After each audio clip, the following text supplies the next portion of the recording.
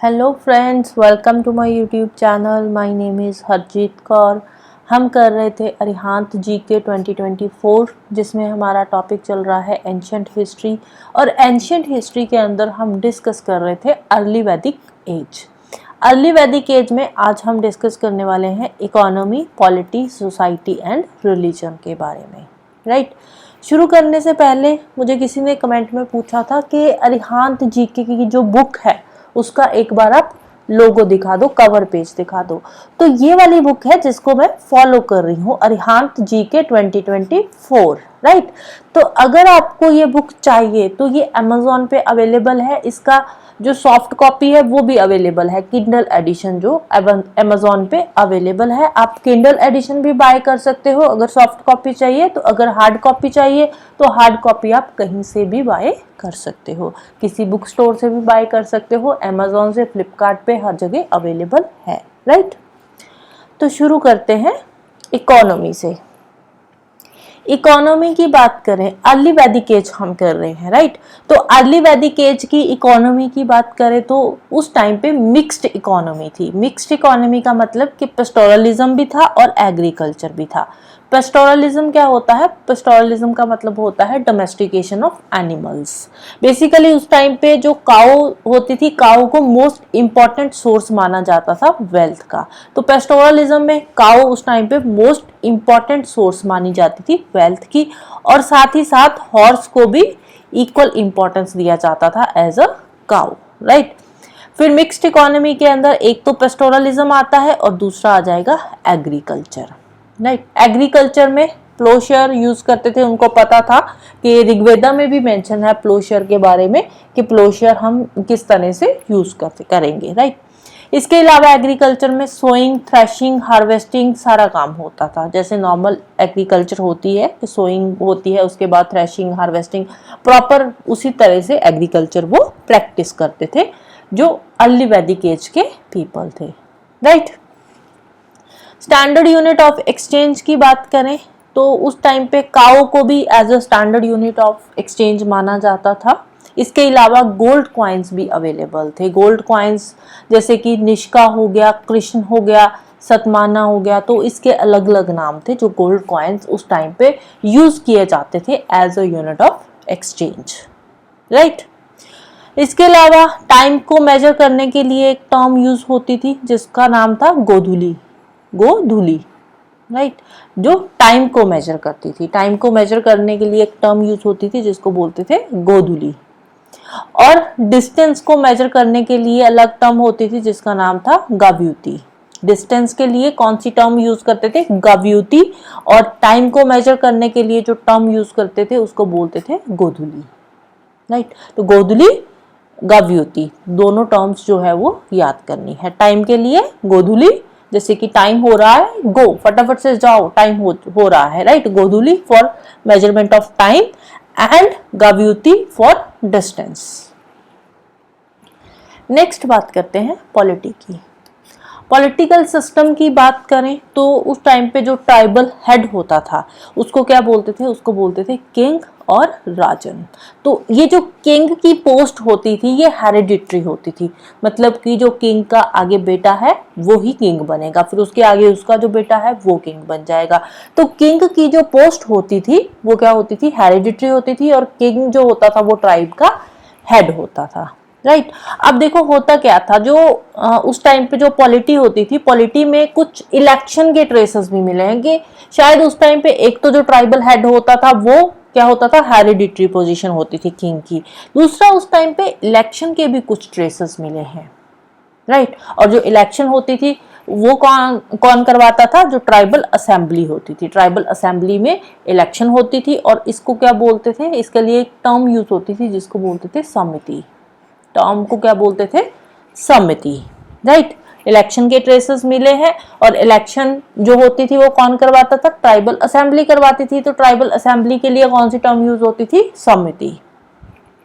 इसके अलावा और भी बहुत सारी असेंबलीज होती थी, कुछ ट्राइबल असेंबलीज, जैसे आज की डेट में इंडिया की बात करें तो सेंट्रल लेवल पे असेंबली होती है, स्टेट लेवल पे। तो इसी तरह उस टाइम पे भी अलग अलग असेंबलीज होती थी, ट्राइबल असेंबलीज या फिर क्लैन असेंबलीज उनको बोलते थे। जैसे कि सभा हो गया, समिति, विधाता, गणा, तो इस तरह से अलग अलग नाम थे इन असेंबलीज के। समिति मतलब national assembly of the people. समिति का मतलब क्या है? National assembly of the people. सभा, सभा कौन सी होती थी? Council of elders.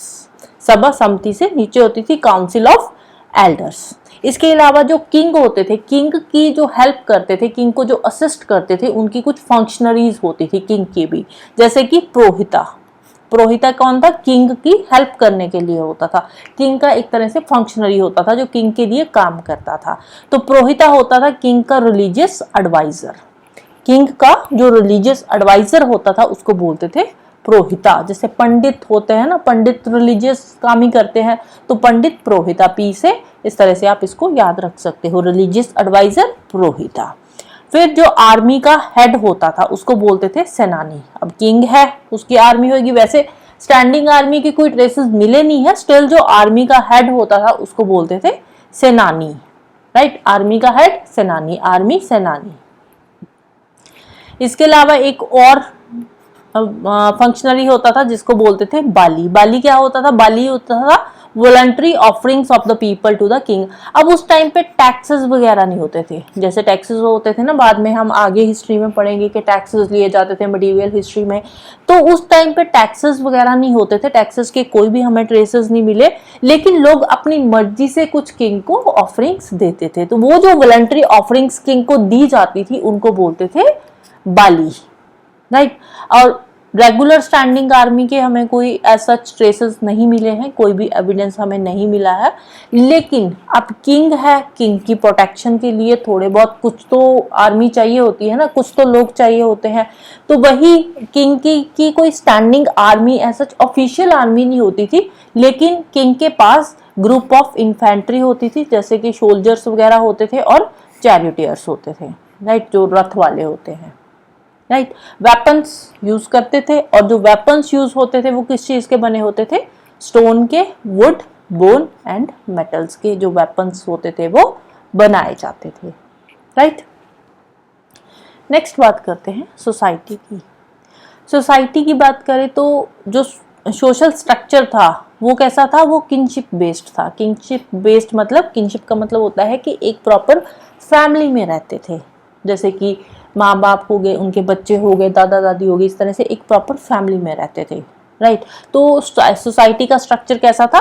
Kinship type की सोसाइटी थी, एक प्रॉपर फैमिली बनाकर रहते थे। जैसे ये फैमिली है, 4 5 6 7 जो भी लोग हैं उसमें रह रहे हैं, और बहुत सारी जैसे ये फैमिलीज मिल जाती थी, तो ये फैमिलीज मिलके क्या बनाती थी? बहुत सारी फैमिलीज ऐसे मिल गई, तो ये जो ग्रुप होता था इसको क्या बोलते थे? इसको बोलते थे ग्रामा। ये जो ग्रुप होता था इस ग्रुप को क्या बोलते थे? इस ग्रुप को बोलते थे ग्रामा। इस ग्रुप को बोला जाता था ग्रामा। और बहुत सारे ऐसे ग्रामास जैसे मिल गए, यहाँ पे भी बहुत एक ग्रामा बना हुआ है, अलग अलग फैमिलीज किनशिप मिलके एक ग्रामा बना रहा है यहाँ पे भी। तो बहुत सारे जो ग्रामा मिल जाते थे तो वो मिलके क्या बनते थे? मिलके बन जाता था विस। विस और जना इसको बोलते थे, राइट? फैमिली, बहुत सारी फैमिलीज मिलके क्या बन रहा है? ग्रामा। और बहुत सारे ग्रामास मिलके आगे क्या बन रहा है? विश और जना, राइट? ग्राम विलेज जैसे होता है, तो विलेज जो होता है, विलेज के ऊपर कौन सा होता है? टाउन होता है। तो इसी तरह से फैमिली है, फैमिली मिलके क्या बन गया? ग्रामा, और ग्रामास मिलके क्या बन गया? विश और जना। तो यहाँ पे वही है, जना और vish, primary loyalty given by the people to the tribe, which divided into grama, right? इन्होंने उल्टा लिखा हुआ है कि जैसे बहुत सारे विश है वो ग्रामाज में डिवाइडेड थे, तो मैंने क्या बोला कि ग्रामाज मिलके क्या बना रहे हैं? विश बना रहे हैं और जना बना रहे हैं, राइट? और ये जो ग्रामास होते थे, विश के अंदर क्या होते थे? ग्रामास होते थे, और इन ग्रामास के बीच में भी थोड़े बहुत क्लैशेस चलते रहते थे, इनके बीच में थोड़ी बहुत वॉर्स वगैरह जो थी वो चलती रहती थी। सोसाइटी की बात करें तो पैट्रियार्कल सोसाइटी थी। पैट्रियार्कल सोसाइटी का मतलब मेल डोमिनेटिंग सोसाइटी थी, मेल डोमिनेटिंग सोसाइटी थी। Patriarchal means male dominating society थी, और मोनोगैमी भी उस टाइम पे चलती थी। मोनोगैमी का मतलब क्या होता है? पैट्रियार्कल सोसाइटी थी, मेल डोमिनेटिंग थी, लेकिन मोनोगैमी थी। मोनोगैमी मतलब एक ही वाइफ होती थी, एक हस्बैंड एक वाइफ, दो ही पार्टनर्स होते थे। ऐसे नहीं है कि बहुत सारी शादियां करी हुई है, 4 5 बीवियां रखी हुई है, ऐसा नहीं होता था। मोनोगैमी था, एक बंदा है तो उसकी एक ही वाइफ होगी, एक से ज्यादा वाइफ नहीं होती थी, राइट? जिसके ऐसा कोई ट्रेसेस नहीं मिले उस टाइम पे कि चाइल्ड मैरिज होती थी, तो इसका कोई भी हमें एविडेंस नहीं मिला चाइल्ड मैरिज का।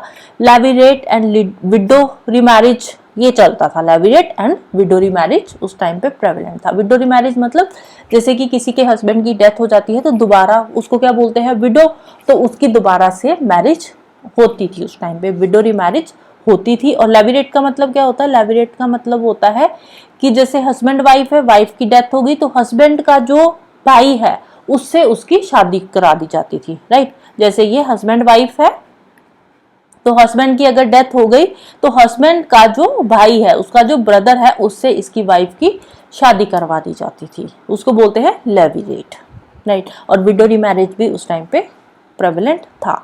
वर्णास की बात करें तो टोटल 4 वर्णास थे। 4 वर्णास कौन कौन से, ब्राह्मण, क्षत्रिय, वैश्य एंड शूद्रास, राइट। तो इसको ऐसा याद रखना है, ब्राह्मण, वैश्य, ब्राह्मण, क्षत्रिय, वैश्य एंड शूद्रास। ब्राह्मण, क्षत्रिय, वैश्य एंड शूद्रास, BKVS बकवास जैसे होता है, राइट। तो इस तरह से आप इसको याद रख सकते हो, ब्राह्मण, क्षत्रिय, वैश्य एंड शूद्रास। ब्राह्मण्स कौन होते थे, जो हाई क्लास होती थी, प्रीस्ट वगैरह जो होते थे वो आते थे ब्राह्मण्स में। और शूद्रा ये सबसे लोएस्ट क्लास थी, शूद्रा की सबसे लोएस्ट क्लास थी। इनको यूजुअली जो विलेज होता था, विलेज के आउटस्कर्ट्स में ही रखा जाता था। इनको जो शूद्रास थे ये सबसे लोएस्ट क्लास मानी जाती थी। इनकी ये माना जाता था कि परछाई भी अगर पड़ जाती है तो पर्सन है जो है वो इम्प्योर हो जाता है। तो शूद्रास लोएस्ट क्लास थी और ब्राह्मण्स जो थी ये हाईएस्ट क्लास थी, प्रीस्ट, टीचर्स जैसे हो गए। क्षत्रियास ये रूलर्स, एडमिनिस्ट्रेटर हो गए। और वैश्यास कौन थे, जो पीजेंट्स, मर्चेंट्स, बैंकर्स होते हैं ये आते थे वैश्यास में, राइट। 4 वर्णास है, ब्राह्मण, क्षत्रिय, वैश्यास एंड शूद्रास, याद रखना है। फिर नेक्स्ट बात करते हैं इनके रिलीजन की। ऋग्वैदिक गॉड्स कौन कौन से थे। नेचर वर्शिप में विश्वास रखते थे कि नेचुरली जो भी चीज है उसकी पूजा करते थे, जैसे कि वाटर हो गया, अग्नि हो गई, या सूर्य देवता हो गए, तो इन सब चीजों की ये पूजा करते थे। नेचर वर्शिप में बिलीव रखते थे। जैसे प्लांट्स हो गया तो उनकी पूजा करते थे, जो भी नेचुरल है उसकी ये पूजा करते थे। इसके अलावा ओपन एरियाज में याजनास भी परफॉर्म करते थे। याजनास मतलब सैक्रिफाइसेस वगैरह भी ये लोग करते थे। सैक्रिफाइसेस के ट्रेसेस भी यहाँ पे मिले हैं, सैक्रिफाइसेस भी परफॉर्म होते थे उस टाइम पे। सोमा, सोमा क्या है, ये है God of plant. Soma actually क्या है, सोमा एक प्लांट का नाम है। उस प्लांट से इंटॉक्सिकेटिंग एक ड्रिंक बनाई जाती है। तो सोमा क्या है, एक प्लांट का नाम है जिससे इंटॉक्सिकेटिंग ड्रिंक बनाई जाती है। तो वैसे यहाँ पे इन्होंने सोमा किसको बोला है, गॉड ऑफ प्लांट्स। प्लांट्स का जो गॉड है उसको इन्होंने रिप्रेजेंट किया है सोमा से, राइट। और इवन के जो ऋग्वेदा का 9th मंडल है, ऋग्वेदा का जो 9th मंडल है वो क्या है, वो है सोम मंडल। तो ये जो प्लांट है ना सोमा, इसी को ही डेडिकेटेड है ये सोम मंडल, जो 9th मंडल है ऋग्वेदा का। फीमेल डिविनिटीज की बात करें तो अदिति, उषा, ये क्या है, ये फीमेल डिविनिटीज है। उषा क्या है, Usha is the god of दान, और अदिति क्या है, it is the god of eternity. अभी हम गॉड्स के बारे में पढ़ेंगे तो वहां पे इनको हम देखेंगे, अदिति एंड उषा जो गॉडेसेस थी उस टाइम की। तो गॉड्स की बात कर लेते हैं। मोस्ट इंपॉर्टेंट जो गॉड है इनका, most important god that is Indra, Purandar भी इसको बोलते हैं।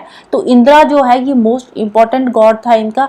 इसको गॉड ऑफ द गॉड भी बोला जाता है, गॉड ऑफ द गॉड। जो बाकी के गॉड है उनका भी अगर कोई गॉड है तो दैट इज इंद्रा। इंद्रा बाकी सब जितने भी गॉड है, जैसे कि अग्नि, वरुण, मित्र, सवित्री, जो भी हम गॉड पढ़ेंगे तो उनका भी अगर कोई गॉड है तो वो कौन है, वो है इंद्रा, राइट। इंद्रा क्या है, गॉड ऑफ द गॉड। अग्नि, अग्नि अब देखो ये सीधा सीधा पता चल रहा है, अग्नि क्या होता है, फायर, तो फायर गॉड है। वरुण, वरुण का मतलब क्या होता है, वाटर, तो ये वाटर गॉड है। मित्र, मित्र क्या होता है, मित्र मतलब जो फ्रेंड्स होते हैं, दोस्त, उसको मित्र बोल देते हैं हिंदी में। तो यहाँ पे मित्र रिप्रेजेंट कर रहा है यूनिवर्स को। तो यूनिवर्सली हार्मनी बनाकर रखना, फ्रेंडशिप बनाकर रखना, ब्रदरहुड बनाकर रखना, तो ये रिप्रेजेंट करता है यूनिवर्स को Mitra. Mitra is the god of universe. Savitri, Savitri is the goddess of light. Light की गॉडेस अगर कोई है तो that is Savitri. Savitri is the goddess of light, right. तो सवित्री लाइट है। सूर्य सन गॉड है, नाम से पता चल रहा है, सूर्य, सन गॉड है। पुशान है गॉड ऑफ मैरिज, और साथ ही साथ ये गार्ड करते हैं रोड्स को एंड कैटल को भी। तो अब देखो मैरिज होती है तो मैरिज में पोशाक पहनते हैं, तो पुशान को आप रिलेट कर सकते हो पोशाक से, राइट। तो पुशान गॉड ऑफ मैरिज। अब मैरिज होती है तो शादी करने सड़कों से जाते हैं शादी करने के लिए, तो इसके साथ ही आप रिलेट कर सकते हो मैरिज को रोड के साथ भी और कैटल के साथ भी, right. Pushan god of marriage and also guarded the roads and cattle. Vishnu भगवान मानते थे विष्णु को भी ये लोग। विष्णु कौन है? Who covered earth in 3 steps, जिसको बोलते हैं उपकर्मा। रुद्र है गॉड ऑफ एनिमल्स, जो एनिमल्स का गॉड है उसको क्या बोलते हैं? रुद्र। नेक्स्ट है द्याउस क्या है? ओल्डेस्ट गॉड, सबसे पुराना जो गॉड है, फादर ऑफ द वर्ल्ड, द्याउस। तो द्याउस को आप कैसे रिलेट कर सकते हो कि दया आ रही है। दया किस पे आती है? जो बूढ़े लोग होते हैं, या बूढ़े कौन होते हैं? जो फादर होते हैं, बूढ़े हो जाते हैं तो उन पे दया आती है। तो उस तरह से आप द्याउस को रिलेट कर सकते हो, oldest God and father of the world. Ashwin नास्त्या, ये कौन है? Ashwin नास्त्या God of health, youth, immortality. Ashwin नास्त्या 2 person है, वो क्या बोल रहे हैं कि अपनी हेल्थ को अच्छा रखो, यूथ एज में अगर आप सही रहोगे तो आप इमोर्टल हो जाओगे, अमर हो जाओगे। तो Ashwin नास्त्या God of health, youth and immortality. Sindhu river का नाम है, तो रिवर गॉडेस है सिंधु। यामा गॉड ऑफ डेथ है, यामा होता है ना बाइक, तो यामा बहुत तेज चलाओगे तो डेथ हो जाएगी, तो उस तरह से आप इसको रिलेट कर सकते हो, यामा गॉड ऑफ डेथ। हालांकि स्पेलिंग अलग है बट स्टिल आप इसको रिलेट कर सकते हो। मारुत पर्सोनिफाइड स्टॉर्म, मारुति की गाड़ी है, स्टॉर्म की तरह दौड़ती है, राइट। तो Marut personified storm. Usha goddess of dawn, अब ये फीमेल गॉड है, Usha and Aditi. Usha is the goddess of dawn. Dawn क्या होता है? डान होता है जो सुबह का टाइम होता है, सनराइज से पहले जो थोड़ी थोड़ी रोशनी आती है, तो उसको बोलते हैं डान। तो गॉडेस ऑफ डान, उषा सुबह उठती है, जल्दी उठ जाती है, सनराइज से पहले उठती है, तो goddess of dawn Usha. Aditi goddess of eternity, eternity मतलब कि बिगनिंग से एंड तक आप सब कुछ भगवान को मान रहे हो, राइट। तो अदिति क्या है? Goddess of eternity, right. So that's all for today. Next हम स्टार्ट करेंगे टाइप्स ऑफ मैरिजेस से, राइट।